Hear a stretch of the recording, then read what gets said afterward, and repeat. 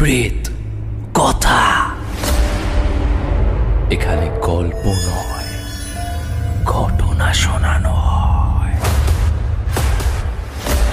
প্রেত কথা 407 নম্বর এপিসোডে সকলকে স্বাগত জানাচ্ছি। আমি গৌরব আছি আপনাদের সঙ্গে, সাউন্ডের সৌমদীপ গ্রাফিক্সে অনিকেত।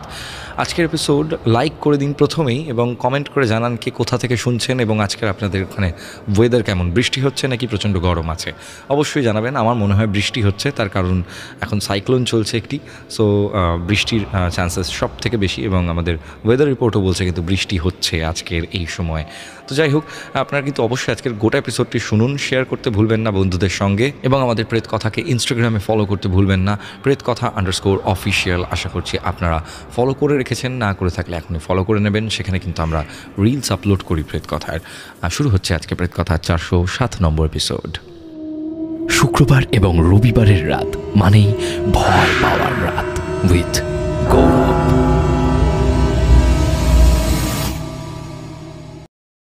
সবার আগে তোমাদেরকে কংগ্রাচুলেশনস, তোমাদের নতুন জীবন সুখের এবং শান্তিময় হোক। প্রেত কথাবাসী মুসলিমদেরকে আসসালামু আলাইকুম এবং হিন্দুদেরকে জানাই নমস্কার, বাকি ধর্ম অনুসারীদের জানাই অভ্যর্থনা। আমি বাংলাদেশের গাজীপুর থেকে লিখছি। আমার নাম শাহরুল হাসান। আমি 34 নম্বর এপিসোড থেকে প্রেত কথা শুনে আসছি। তখন থেকেই ঘটনা পাঠানোর ইচ্ছে ছিল, কিন্তু লেখার মতো কোনো ঘটনা খুঁজে পাচ্ছিলাম না। তারপর আমার নানুর কাছ থেকে এই ঘটনাটি শুনি, তারপর সিদ্ধান্ত নিই এই ঘটনাটি শেয়ার করলে কেমন হয়। যেমন কথা তেমন কাজ। যাই হোক, কথা না বাড়িয়ে মূল ঘটনায় আসা যাক। ঘটনাটি ঘটে আমার এক পূর্বপুরুষের সাথে। আমি যেভাবে শুনেছি ঠিক সেইভাবেই উপস্থাপন করছি। ঘটনাস্থান টাঙ্গাইলের কোনো এক গ্রামে। আমি ইচ্ছে করেই গ্রামের নাম উল্লেখ করছি না, কোনো এক কারণে। যার সাথে ঘটনা ঘটে সে আমার মায়ের দাদার বাবা ছিলেন। তার নাম ছিল খন্দকার কুরবান, কিন্তু সে কুরবান ফকির নামেই বেশি পরিচিত ছিলেন। তার শরীর ছিল বিশাল আকৃতির। তার শুধু যে শরীরই বিশাল ছিল তা না, তার শক্তিও ছিল অতুলনীয়। তার নামের শেষে ফকির থাকলেও সে ছিল ওই গ্রামের সব থেকে ধনী ব্যক্তিদের একজন। তার অর্থ সম্পদ ছিল অনেক। তার এই অর্থ সম্পদই যেন কাল হয়ে দাঁড়ালো। তার এক চাচাতো ভাইয়ের সাথে তার জমি জমা নিয়ে ঝামেলা হয়। পরে তাদের মধ্যে অনেক কথা কাটাকাটিও হয়। কুরবান ফকিরের চাচাতো ভাই ছিলেন খুব জেদি একজন মানুষ। সে যদি কারোর সর্বনাশ করার কথা ভাবে তাহলে সে তার সর্বনাশ করেই ছাড়ে। কুরবান ফকিরের চাচাতো ভাই খুব ভালো করেই জানতো যে সে সারা জীবন সাধনা করেও গায়ের জোরে কুরবান ফকিরকে হারাতে পারবে না। কুরবান ফকিরকে মারধর করার জন্য তার চাচাতো ভাই ঢাকা থেকে 6 জন পালোয়ান ভাড়া করে আনেন। এই কথা কুরবান ফকির জানতে পারেন। তারপর সে তাচ্ছিল্যের সুরে বলেন, কেমন পালোয়ান ভাড়া করে আনছে তা একটু দেখে আসি। এই বলে সে তার চাচাতো ভাইয়ের বাড়িতে যান। তিনি গিয়ে দেখেন 6 জন পালোয়ান গোসল করে খালি গায়ে বারান্দায় বসে শরীরে সরিষার তেল দিচ্ছে। তখন কুরবান ফকির পালোয়ানদের বলেন, আপনারা কিসের পালোয়ান যে বোতল থেকে সরিষার তেল গায়ে মাখেন? বলে রাখি, সময়টা ছিল সরিষার সিজন, তাই বাড়ির উঠোনে অনেক সরিষা ছিল। এই কথা শোনার পর পালোয়ানদের মধ্যে একজন জিজ্ঞাসা করল, তা বোতল থেকে তেল বের করবো না তো কোথা থেকে তেল বের করব?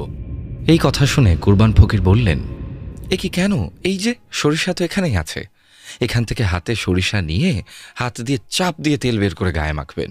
হাজার হোক আপনারা বীর পালোয়ান। এই কথা শুনে পালোয়ানদের মধ্যে একজন পালোয়ান বলে উঠলেন, এই এই মশাই, আপনি কি আমাদের সঙ্গে ঠাট্টা করছেন নাকি? আমাদের দেখে মনে হচ্ছে যে আমাদের সঙ্গে ঠাট্টা করা যায়।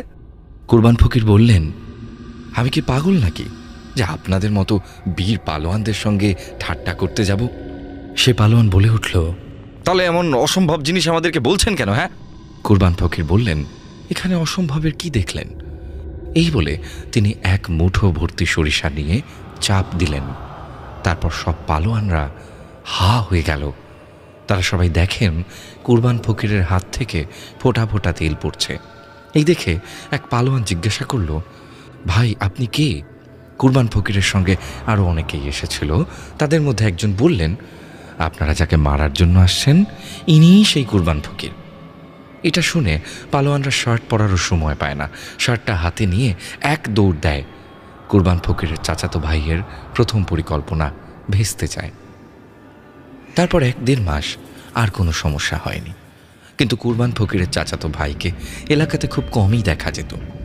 এরপর থেকে কুরবান ফকিরের চাচাতো ভাইয়ের শরীর রোগা রোগা দেখাতো। মনে হতো এই ব্যক্তি রাতে ঘুমোয় না, ঠিকমতো খাওয়া দাওয়া করে না, এবং তার চোখ কোটরের ভিতরে ঢুকে গেছে, আর বেশিরভাগ সময় এলাকার বাইরে কাটায়। যাই হোক, আসল ঘটনা ঘটে 1-1.5 মাস পর। কুরবান ফকির একদিন শহরে যান একটা কাজে। কাজটা শেষ করতে করতে অনেক রাত হয়ে যায়। তখনকার সময় যানবাহন খুবই কম ছিল, তার মধ্যে উনি একটু বেশি রাত করে ফেলেছেন। এখন গাড়ি পাওয়ার আর কোনো সম্ভাবনাই নেই। কাজেই তিনি হাঁটা শুরু করেন। তার বাড়ি থেকে শহর 2 ঘন্টার রাস্তা। তিনি প্রায় অর্ধেক রাস্তা চলে এসেছেন। তারপর তিনি খানিকটা বিশ্রাম নেওয়ার জন্য রাস্তার ধারে একটা বট গাছের নিচে বসলেন। বটগাছটি এখনও আছে। তার খানিকটা তন্দ্রার মতো এলো। তিনি ঘুমের মধ্যে হঠাৎ করে একটা আওয়াজ পেলেন, যে আওয়াজে তার তন্দ্রা কেটে গেল। তিনি শুনতে পেলেন একটা নূপুরের আওয়াজ। তিনি আশেপাশে ভালো করে দেখলেন, না, কেউই তো কোথাও নেই। তিনি ভাবতে লাগলেন, এই নূপুরের শব্দ কোথা থেকে আসছে? এবং সেই সময় তিনি আবারও সেই নূপুরের আওয়াজ শুনতে পান, ঠিক তার মাথার উপর থেকে। তারপর তিনি আওয়াজটাকে অনুসরণ করে উপরের দিকে তাকালেন। তাকানোর সাথে সাথে তার মেরুদণ্ড দিয়ে একটা শীতল স্রোত বয়ে গেল। তিনি দেখলেন বটগাছের উপরে একজন অসম্ভব রূপবতী মেয়ে লাল সাদা শাড়ি পরে উল্টো হয়ে বসে পা দোলাচ্ছে, আর তার পায়ে একজোড়া নূপুর, আর সেই নূপুর থেকেই শব্দ হচ্ছে। আমার এই দৃশ্য কল্পনা করেই গায়ে কাটা দিচ্ছে। তাহলে একবার ভাবুন কুরবান ফকিরের অবস্থা কেমন হয়েছিল। তিনি ভয়ে ভয়ে জিজ্ঞাসা করলেন, তুমি তুমি কে? গাছের উপরে কি করছো? কোথা থেকে এসেছো? সেই মেয়েটি উল্টো হয়ে বসে থাকলেও মেয়েটি যে অসম্ভব রূপবতী তাতে কোনো সন্দেহ ছিল না। মেয়েটি উত্তরে হালকা শব্দ করে হাসে এবং বলে, আমার কাছে এসো, আমার যে একা একা বড় ভয় লাগছে।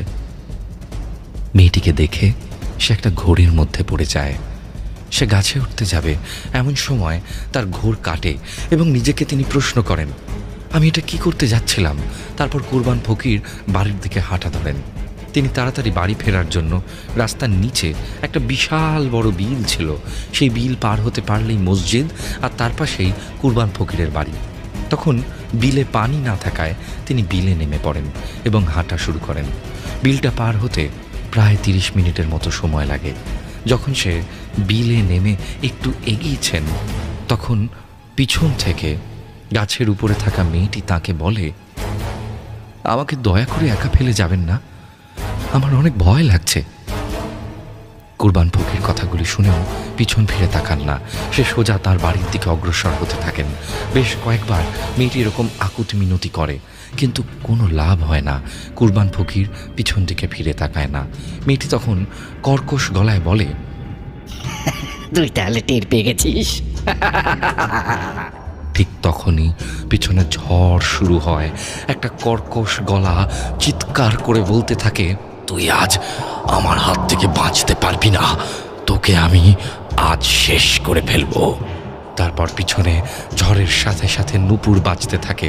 মনে হয় কেউ নূপুর পরে ঝড়ের সাথে নৃত্য করছে।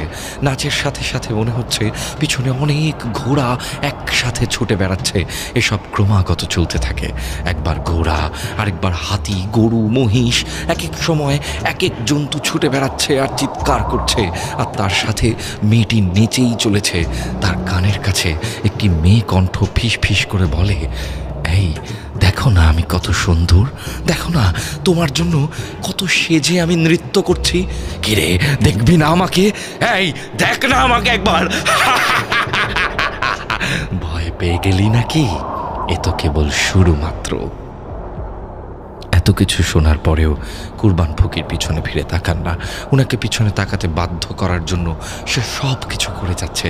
একবার তীব্র কণ্ঠে বলে, ওগো শুনছো, এই কুৎসিত দেখতে লোকটা আমাকে মেরে ফেললো, বাঁচাও আমাকে, আসো আমাকে বাঁচাও, বাঁচাও। আবার তার মায়ের স্বরে বলে, খোকা বাঁচা আমাকে বাবা, আমাকে মেরে ফেললো, হায় বাবা, বাঁচা আমাকে, আমি তোকে জন্ম দিয়েছি খোকা, তুই আমাকে এভাবে ফেলে রেখে যেতে পারিস না। এভাবে কুরবান ফকিরকে নানান ছলনা করতে থাকে, কিন্তু কুরবান ফকির কোনো মতেই পিছনের দিকে তাকায় না। তখন সেই মেয়ে কণ্ঠ আবার বলে, তোকে এভাবে কিচ্ছু করা যাবে না, তোকে অন্যভাবে পাকড়াও করতে হবে। পিছনে মনে হচ্ছে সব কিছু ধ্বংস হয়ে যাচ্ছে, অথচ সামনে কিচ্ছু হচ্ছে না, সব পরিষ্কার। তিনি প্রায় বিলের শেষ মাথায় চলে এসেছেন। তার সামনে ছোটখাটো একটা গাছ ছিল। কুরবান ফকির সেই গাছ থেকে একটা বেশ মোটা এবং শক্ত ডাল ভেঙে তার কাছে রাখেন, কারণ তার একটু সামনেই বেশ কিছু জায়গা জুড়ে হাঁটু সমান পানি। তার দৃঢ় বিশ্বাস ছিল এই পানিতেই তাকে আক্রমণ করা হবে, আর তার জন্যই আগেভাগেই প্রস্তুতি। তিনি অনেক সাহসী ছিলেন, কিন্তু যতই সাহসী হন না কেন, ভয় তো সবাই পায়। তিনি ভয়ে ভয়ে পানিতে নামেন। পানিতে নেমে যাওয়ার একটু পরই তার পাটা যেন কেউ ধরে ফেলে, আর সাথে সাথেই পেছনে থাকা ঝড়, নাচ, নুপুরের শব্দ, পশুর ডাক সব থেমে যায়। পানির মধ্যে শুরু হয় এক তুলকালাম কাণ্ড। পানির মধ্যে কুরবান ফকিরের পা ধরে কেউ পাশবিক শক্তি দিয়ে তাকে ফেলে দিতে চেষ্টা করছে। কুরবান ফকিরের প্রচণ্ড শক্তি থাকায় তাকে পানিতে ফেলতে পারছে না। কুরবান ফকির বুঝতে পারেন তিনি একবার পানিতে পড়ে গেলে সব শেষ, তার সুনিশ্চিত মৃত্যু। তিনি তার শরীরের সর্বশক্তি দিয়ে, তার হাতে থাকা লাঠি দিয়ে তার পা ধরে থাকা জন্তুটিকে সমানে মারতে থাকেন। কুরবান ফকিরের গায়ে কাদা লেপটে যায়। কুরবান ফকিরের একের পর এক লাঠির আঘাতে সেই জন্তু একটা বিকট চিৎকার দিয়ে কুরবান ফকিরের পা ছেড়ে দেয়। তার পা ছেড়ে দেওয়া মাত্র সে এক লাফ দিয়ে পাড়ে উঠে যায় এবং এক দৌড় দেয়। কুরবান ফকির এক দৌড়ে মসজিদের সামনে চলে আসে এবং হাঁপাতে থাকে। তখন একটা ভয়ানক রাগান্বিত কণ্ঠ কুরবান ফকিরকে বলে, আজ তুই আমার হাত থেকে বেঁচে গেলি, কিন্তু আমি তোকে ছাড়ব না, আমি তোকে শেষ করেই ছাড়ব। এটা বলার পর সবকিছু ঠান্ডা হয়ে যায় এবং সেই কর্কশ গলা হাওয়ায় মিলিয়ে যায়। কুরবান ফকির হাঁপাতে হাঁপাতে বাড়ির উঠোনে গিয়ে তার স্ত্রীকে ডাক দিয়ে অচেতন হয়ে যায়। তার জ্ঞান ফেরে সকালে তার স্ত্রী পাশে বসে কান্না করছে। তিনি বলেন, এ কি, তুমি এভাবে কান্না করছো কেন? তখন তার স্ত্রী তাকে জিজ্ঞাসা করলেন, হ্যাঁ গো, তোমার কাল রাতে কি হয়েছিল? তোমার গায়ে অত কাদা লেগেছিল কেন? আর তুমি অত জোরে চিৎকার করে অজ্ঞানী বা হলে কিভাবে? কুরবান ফকির বলেন, আহা, এত অস্থির হচ্ছ কেন? তার স্ত্রী বলেন, অস্থির হব না বলছো? কালকে তোমার অবস্থা যদি একবার দেখতে। এই, সত্যি করে বলো তো, কাল তোমার কি হয়েছিল যে একেবারে অজ্ঞান হয়ে গেলে? তুমি তো অজ্ঞান হওয়ার মতো মানুষ নও। কুরবান ফকির তার স্ত্রীকে রাতের ঘটনা কিছুই বলেন না। তিনি তার স্ত্রীকে বলেন, আরে পাগল, কাল রাতে কিছুই হয়নি।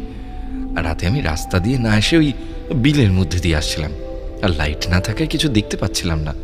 তখনই ওই একটা গর্তের মধ্যে পড়ে যাই, তার জন্যই গায়ে কাদা লেগে যায় আর কি। আর অনেকটা রাস্তা তো, হাঁটার জন্য প্রেশারটাও একটু বেড়ে গিয়েছিল, তাই অজ্ঞান হয়ে গিয়েছিলাম এই আর কি। তার স্ত্রী বিশ্বাস না করলেও তিনি আর কিছু বলেন না। এরপর বেশ কিছুদিন আর কোনো সমস্যা হয় না। ভালোই কিছুদিন পর কুরবান ফকির তার পাশের গ্রামে যায় মাছ ধরতে। দুপুরবেলায় তিনি একা একা গাছের নিচে বসে বড়শি দিয়ে মাছ ধরছে। আমার কল্পনা করতেই গায়ে কাঁটা দিয়ে উঠছে। তিনি যা দেখেন সেটা এরকম, হঠাৎ করেই কালো মেঘ দিয়ে আকাশটা ঢেকে যায়, আর পানিতে উথাল পাথাল শুরু হয়, আর একটা সাদা অবয়ব দুই পা দুই দিকে দিয়ে সোজা দাঁড়িয়ে থাকে। সেই অবয়বের এক পা থেকে আরেক পায়ের দূরত্ব প্রায় 200 মিটার, আর তার মাথা মনে হয় আকাশ ছুঁই ছুঁই। সেই অবয়বটার মাথা এত উপরে থাকার পরও কুরবান ফকির অন্ধকারের মধ্যেও স্পষ্ট দেখতে পান। কি কুৎসিত, কি বিভৎস দেখতে! অবয়বটা তার দিকে তাকিয়ে এক তাচ্ছিল্যের হাসি হাসছে। কুরবান ফকির বুঝতে পারছেন না তিনি কি করবেন। তিনি ভাবছেন মৃত্যু হয়তো এবার নিশ্চিত। তিনি অবয়বটাকে দেখে হায় আল্লাহ, এই বলে চমকে ওঠেন। অবয়বটা বলে, বলেছিলাম না তোকে আমি শেষ করে ছাড়ব। এইবার শুধু দেখবি তোর সাথে কি কি হয়। তোর এত বড় সাহস, তুই আমাকে মারিস। এইবার তোকে আমি নিয়ে যাব। এই বলে অবয়বটি অদৃশ্য হয়ে যায় এবং আকাশ পরিষ্কার হয়ে যায়। তার সাথে পানিও অলৌকিকভাবে শান্ত হয়ে যায়। মনে হয় এখানে তো কিছুই হয়নি। তারপর তিনি বাড়ি চলে আসেন। তিনি কাউকেই আর কিছু বলেন না। সেদিন রাতে তার প্রচণ্ড জ্বর আসে। তাকে ডাক্তার দেখানো হয়, ঔষধ খাওয়ানো হয়, কিন্তু কিছুতেই সেই জ্বর কমে না। 3 দিন পর জ্বর আপনা আপনিই চলে যায়। কিন্তু দিনে দিনে তার শরীর কমতে থাকে। চেহারাতে একটা ফ্যাকাশে ভাব চলে আসে। তাকে দেখে মনে হয় তার শরীর থেকে প্রত্যেক দিন রক্ত কমে যাচ্ছে। 15 দিনের মাথায় তাকে আর চেনাই যায় না। তার বিশাল আকৃতির দেহটা একদম শুকিয়ে যায়। তাকে দেখে মনে হয় তার দেহের রক্ত কেউ শুষে খেয়ে নিয়েছে এই কয়েকদিনে। কুরবান ফকিরের জায়গায় যে কেউ থাকলে এতদিনে বিছানায় পড়ে যেত, আর নইলে মারাই যেত হয়তো। কুরবান ফকিরের খুব মধুর নেশা ছিল, আর আশেপাশে যখনই মৌমাছি বাসা করত তখন তিনি সেখান থেকে মধু সংগ্রহ করতেন। তিনি মধু সংগ্রহে ছিলেন একেবারে ওস্তাদ মানুষ। তাকে অন্য কেউ মধু সংগ্রহ করে দিলেও তিনি সেই মধু খেতেন না। 20-25 দিন পর তিনি লক্ষ্য করেন তার বাসার পেছনের আম গাছে মৌমাছি এক বাসা বেঁধেছে। তিনি ঠিক করেন এই মৌমাছির বাসা থেকেই তিনি মধু সংগ্রহ করবেন। সবাই তাকে বাধা দেয় এবং বলে, এই শরীর নিয়ে গাছে উঠিস না, তোর কিছু একটা হয়ে গেলে কি হবে? কুরবান ফকির বলেন, আরে চিন্তা করো না, আমার কিছু হবে না। জ্বরের জন্য শরীরটা একটু কমে গেছে, কিছুদিন পর আবার আগের মতন হয়ে যাব। এই তোমরা এত ভেবো না তো। কারোর কথাই তিনি শোনেন না। তিনি গাছে উঠে পড়েন। কিছু দূর ওঠার পর তিনি সেই অবয়বটাকে দেখেন। অবয়বটা তার দিকে তাকিয়ে এক অট্ট হাসি হাসতে শুরু করে এবং বলে,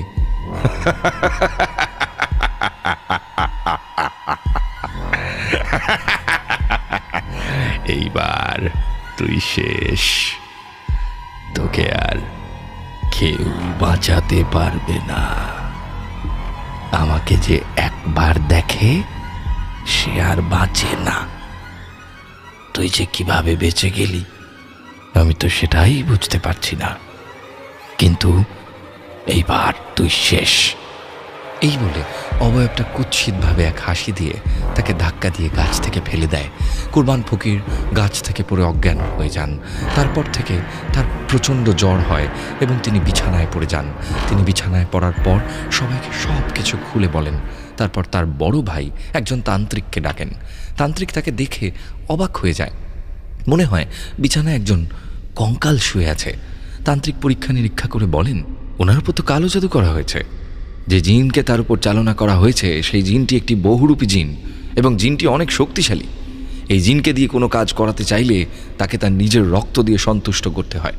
কাজেই যে জিনটিকে চালনা করেছে সে তার নিজের রক্ত দিয়ে জিনটিকে তুষ্ট করছে। এই জিনটি তাকে 3 বার আক্রমণ করে। প্রথমবার তাকে কিছু করতে পারেনি, কারণ কুরবান ফকির জিনের দিকে তাকায় না। এই জিনের দিকে না তাকানো পর্যন্ত জিনটি কোনো ক্ষতি করতে পারে না। দ্বিতীয়বার জিনটি তাকে দেখা দিলে সে তার দিকে তাকায়, আর তখন থেকেই জিনটি তার ক্ষতি করার সুযোগ পায়। আর এই জিন কিভাবে কারোর ক্ষতি করে সেটিই তো আমার অজানা। কুরবান ফকিরের জায়গায় অন্য যে কেউ থাকলে দ্বিতীয়বারেই মারা যেত। কুরবান ফকিরের বিশাল শরীর থাকায় তাকে শুধু দুর্বল করতে পেরেছে, কিন্তু মারতে পারেনি। তাই সেই জিনটি তাকে আবার দেখা দেয়। এই জিনটি প্রচণ্ড শক্তিশালী। এই জিনটিকে 2 বার দেখার পরও যে কুরবান ফকির এখনো বেঁচে আছে এটাই অনেক বেশি। কুরবান ফকিরের বড় ভাই বলেন, ওকে এখন কিভাবে বাঁচানো যায় সেটা একটু বলেন না। তান্ত্রিক বলেন, আমি খুবই দুঃখিত, ওনাকে আর বাঁচানো সম্ভব না, অনেকটাই দেরি হয়ে গেছে। আমাকে আগে জানালে হয়তো কিছু একটা করতে পারতাম। আমি তাকে বাঁচাতে পারবো না, কিন্তু এই কালো জাদুটা যে করেছে তাকে বের করে দিতে পারবো। এই বলে তান্ত্রিক ধ্যানে বসেন। কিছুক্ষণ পর ধ্যান থেকে উঠে তান্ত্রিক বলেন যে এই ভয়ানক কালো জাদু আর কেউ নয়, তার আপন চাচাতো ভাই করেছে। সেও নাকি আর বেশি দিন বাঁচবে না, কারণ এই জিনকে যে চালনা করে তাকেও নাকি এই জিন ক্ষতি করে। তান্ত্রিক কুরবান ফকিরের বড় ভাইকে বলেন, আর আপনার চাচাতো ভাইয়ের ইতিমধ্যেই যে অবস্থা হয়েছে, সে এমনিও আর বেশি দিন বাঁচবে বলে মনে হয় না। এরপর কবিরাজ চলে যায়। বাড়ির সবাই কান্নায় ভেঙে পড়ে। তারপর তারা আরও হুজুর, তান্ত্রিক অনেককে আনেন, কিন্তু সবাই একই কথা বলেন যে ওনাকে আর বাঁচানো সম্ভব না। 3 দিন পর কুরবান ফকির মারা যান। তার ঠিক 1 সপ্তাহ পর কুরবান ফকিরের চাচাতো ভাইও মারা যান। কারোর ক্ষতি করলে সেটা ফেরত আসবেই একদিন না একদিন। মানুষ সৃষ্টির সেরা জীব হয়েও এতটা জঘন্য কাজ যে কীভাবে করে আমি সেটাই বুঝি না। জানি না কতটা গুছিয়ে লিখতে পেরেছি। ভুল ত্রুটির জন্য আমি আন্তরিকভাবে দুঃখিত। গৌরবদা, এই ছিল আমার শোনা একটি ঘটনা। ভালো লাগলে পড়ে শুনি। শুক্রবার এবং রবিবারের রাত মানেই ভয় পাওয়ার রাত উইথ গৌরব। অসাধারণ একটি ঘটনা আমরা শুনলাম এবং ব্যাক টু ব্যাক আমরা এরকম রুদ্ধশ্বাস ঘটনা আপনাদেরকে উপহার দিচ্ছি। আপনাদের কেমন লাগছে? আপনাদের এরকম ভালোবাসা থাকলে আমরা কিন্তু বেশ আরও নতুন কিছু কাজ করতে পারি। আমি যেগুলো মনে মনে কল্পনা করছি, যেমন আমি ভাবছি যে যদি আমি নিজে বেশ কিছু অডিও স্টোরি আপনাদেরকে শোনাই, অবশ্যই এই চ্যানেলে নয়, গৌরব তওয়াদার ভ্লগস চ্যানেলে যদি কিছু একটি বানিয়ে শোনাই আপনাদেরকে, তাহলে আপনাদের কেমন লাগবে সেটিও আমি জানতে চাই। তো যাই হোক, আজকের আশা করছি ঘটনাটি আপনাদের ভালো লেগেছে এবং যিনি আমাদেরকে ঘটনা পাঠিয়েছেন তিনি আমাদেরকে প্রথমবারের মতন ঘটনা পাঠিয়েছেন। ওনার নাম শারুল হাসান। শারুলকে আমি বলবো যে প্লিজ আরও ঘটনা আপনি পাঠান আমাদেরকে, এবং আপনার ঘটনার কিন্তু আমরা অপেক্ষায় থাকব। আমার মনে হয় আজকের এই ঘটনার পর আপনাকে অনেকেই এবার থেকে প্রেত কথায় চাইবে। আপনার ঘটনা হয়তো অনেকেই চাইবে। আশা করছি আজকের প্রথম ঘটনাটি আপনাদের ভালো লেগেছে। আমি দ্বিতীয় একটি বড় অদ্ভুত ঘটনায় চলে যাব। আপনারা শুনলে আশা করি খুবই ভয় পাবেন। শুক্রবার এবং রবিবারের রাত মানেই ভয় পাওয়ার রাত উইথ গৌরব। এখন যে ঘটনাটি শোনাবো, এই ঘটনাটি আপনাদের বড় অদ্ভুত লাগবে। আমার নিজস্ব কিছু সংযোজন আছে, মানে কিছু বলার আছে এই ঘটনাটিতে। একটু ইন্ট্রোটি একটু পড়ে নিই, তারপর আমি বলছি যে আমার কি বক্তব্য আছে এই ঘটনাটিকে নিয়ে। আমি ভাস্কর নাথ, আমার বয়স 29। আমার বাড়ি হুগলির পান্ডুয়ার সরাই গ্রামে। তোমার ঘটনা আমার খুব ভালো লাগে। অনেকদিন ধরে চেষ্টা করছি যে তোমাকে আমার জীবনের একটি ঘটনা বলবো।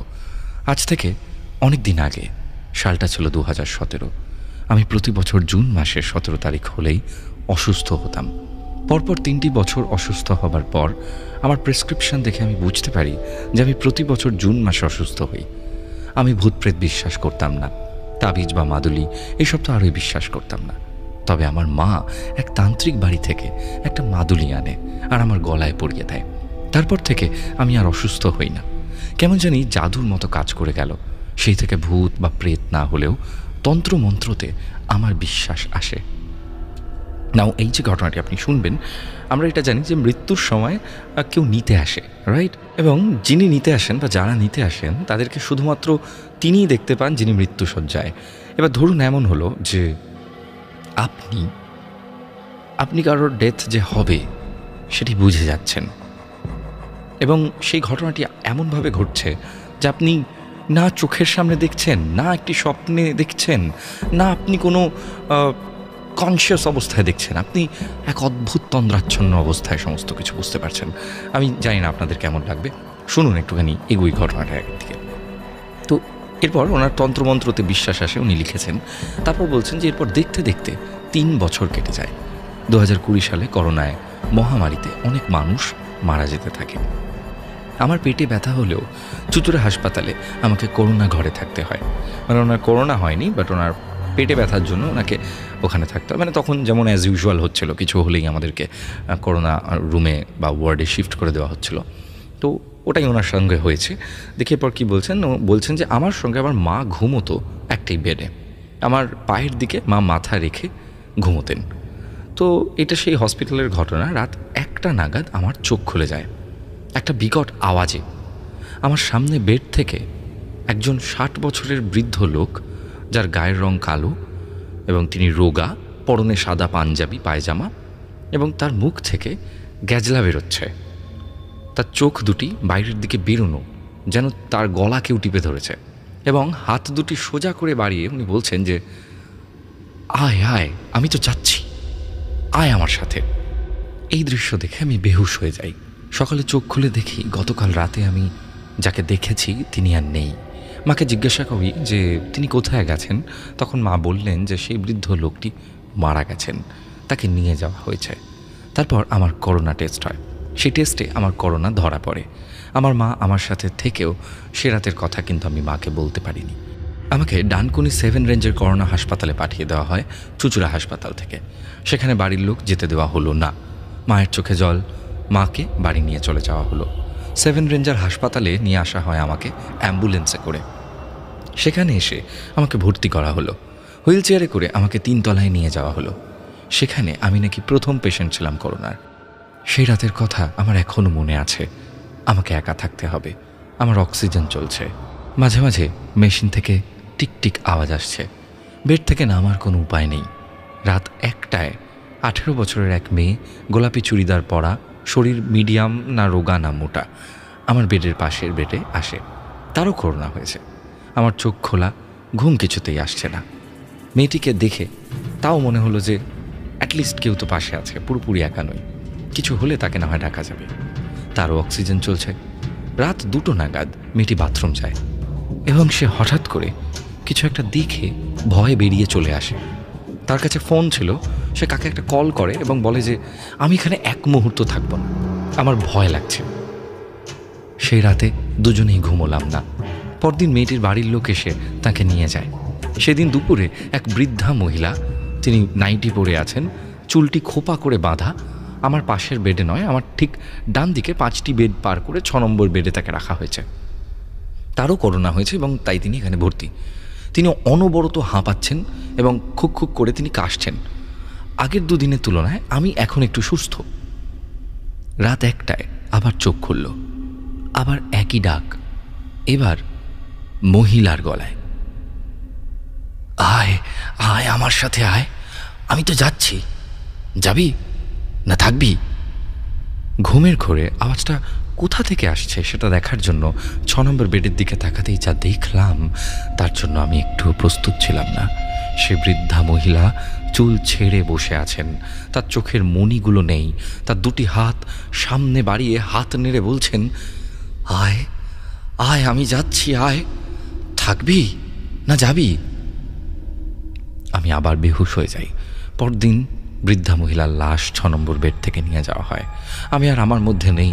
আমার মনে হচ্ছে যে আজ রাত হয়তো আমার পালা, আমি আর হয়তো বাঁচব না, আজই শেষ রাত। 10টায় খাওয়া দাওয়া করে পরপর 3 রাত যেহেতু আমার ঘুম হয়নি, আমার সেদিন ঘুম এসে গেল। আমি তাড়াতাড়ি ঘুমিয়ে পড়লাম। ঠিক রাত 2টো নাগাদ আমি একটা স্বপ্ন দেখি নাকি সত্যি আমি ঠিক বুঝতে পারি না। আমি দেখতে পাই আমার বেডের পাশে একজন বসে আছে। একটু ভালো করে দেখতে বুঝতে পাই যিনি বসে আছেন তিনি আর কেউ নন, তিনি আমি। এবং সেই আমিটা আমার দিকে তাকিয়ে 2 হাত বাড়িয়ে দিয়ে বলছে, যাবি, আয়, আমি তোকে নিতে এসেছি, চল। এই বলে সে তার 2টি হাত দিয়ে আমার গলা টিপে ধরে। আমার শ্বাস আটকে যায়। হঠাৎ করে এক নার্স এসে আমার নাকে অক্সিজেন মাস্কটা লাগিয়ে দেয়। আমার হুঁশ আসে। নার্সটি আমাকে বলেন, আমি না আসলে আপনি মারা যেতেন, অক্সিজেন মাস্ক খুলছেন কেন? তারপর নার্সটি চলে যায়। পরে বুঝলাম কেউ আমার ঘুমন্ত অবস্থায় আমার অক্সিজেন মাস্ক সরিয়ে দিয়েছে। তারা আমাকে নিয়ে যেতে চায়। পরদিন আমার ছুটি হয়ে যায়। বাড়িতে এসে 15 দিন ঘরে থাকতে বলেছিল হাসপাতাল থেকে, তাই বাড়ির বাইরে যাইনি। আমি এই কথা এক তান্ত্রিককে গিয়ে বলি। সে আমার দিকে তাকিয়ে বলল যে তোর গলায় যে মাদুলি আছে তার জন্য তুই বেঁচে ফিরলি, তোকে ওরা কিছু করতে পারেনি। যে আমাকে মাদুলি দিয়েছিলেন তিনি মারা গেছেন। মাদুলির জন্য সে মায়ের কাছে কোনো টাকা নেননি। তারপর থেকে সে মাদুলি এখনও আমাকে রক্ষা করে। কেমন লাগলো আমার জীবনে হয়ে যাওয়া এই ঘটনাটি, আজও ভুলব না সেই রাতগুলোকে। শুক্রবার এবং রবিবারের রাত মানেই ভয় পাওয়ার রাত উইথ গৌরব। অবশ্যই আমি কিন্তু আপনাকে বলবো যে আপনি একটু অসাধারণ ঘটনা পাঠিয়েছেন আমাদেরকে, এবং আমি আপনাকে বলবো যে আপনি আরও ঘটনা আমাদেরকে পাঠান। দুজনেই আজকে যারা ঘটনা পাঠিয়েছেন দুজনেই প্রথমবারের মতন প্রেত কথায় ঘটনা পাঠিয়েছেন, এবং আমার অসাধারণ লেগেছে আপনাদের দুজনের ঘটনা। আউটস্ট্যান্ডিং এপিসোড আমার কাছে আজকের এপিসোডটি।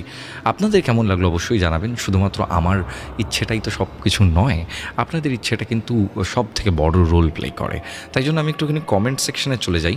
আমি এই মুহূর্তে প্রেত কথার চ্যানেলটি খুলছি, এবং বিগত যে 406 নম্বর এপিসোড ছিল সেই বিগত 406 নম্বর এপিসোডের আমি বেশ কিছু কমেন্ট পড়ে নিই এই সময়।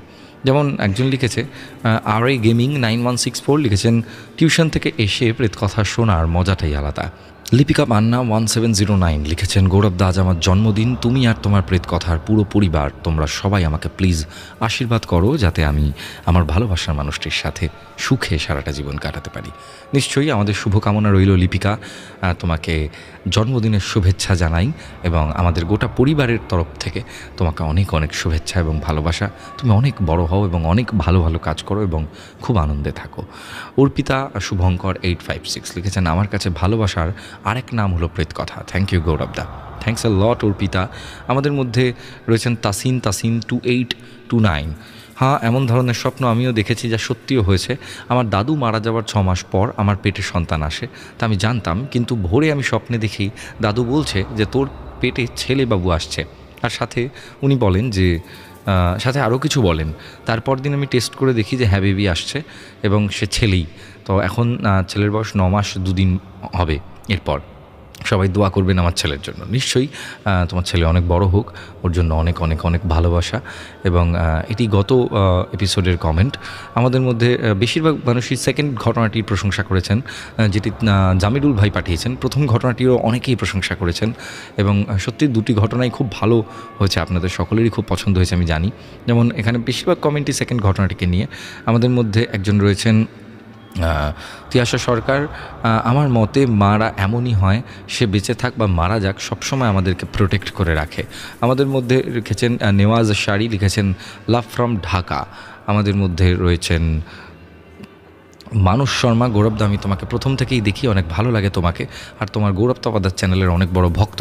জানি না একটা ভিডিও কতবার দেখেছি, ভালোবাসা নিয়েও। আর আমি কোচবিহার শীতলকুচি থেকে শুনছি বা তোমাকে দেখি। থ্যাংকস আ লট মানুষ, অনেক ভালো থেকো। এবং আজকের মতো এপিসোড এখানে শেষ করছি। প্রত্যেক শুক্রবার রাত ঠিক 10টার সময় প্রেত কথার অফিসিয়াল ইউটিউব চ্যানেল এবং গৌরব তপাদার ভ্লগস চ্যানেলে আসতে থাকে আমাদের লাইভ পডকাস্ট, এবং তার সাথে নতুন বেশ কিছু কাজের আমরা পরিকল্পনা করছি। আপনারা খুব শীঘ্রই সেই কাজ শুনতে পাবেন, জানতে পাবেন, হয়তো আসছে 1-2 সপ্তাহের মধ্যেই। আজকের মতো এপিসোড এখানে শেষ হলো। শুনছিলেন প্রেত কথা 407 নম্বর এপিসোড। আমি গৌরব ছিলাম আপনাদের সঙ্গে, সাউন্ডের সৌম্যদীপ, গ্রাফিক্সে অনিকেত। এখানে গল্প নয়, ঘটনা শোনানো হয়।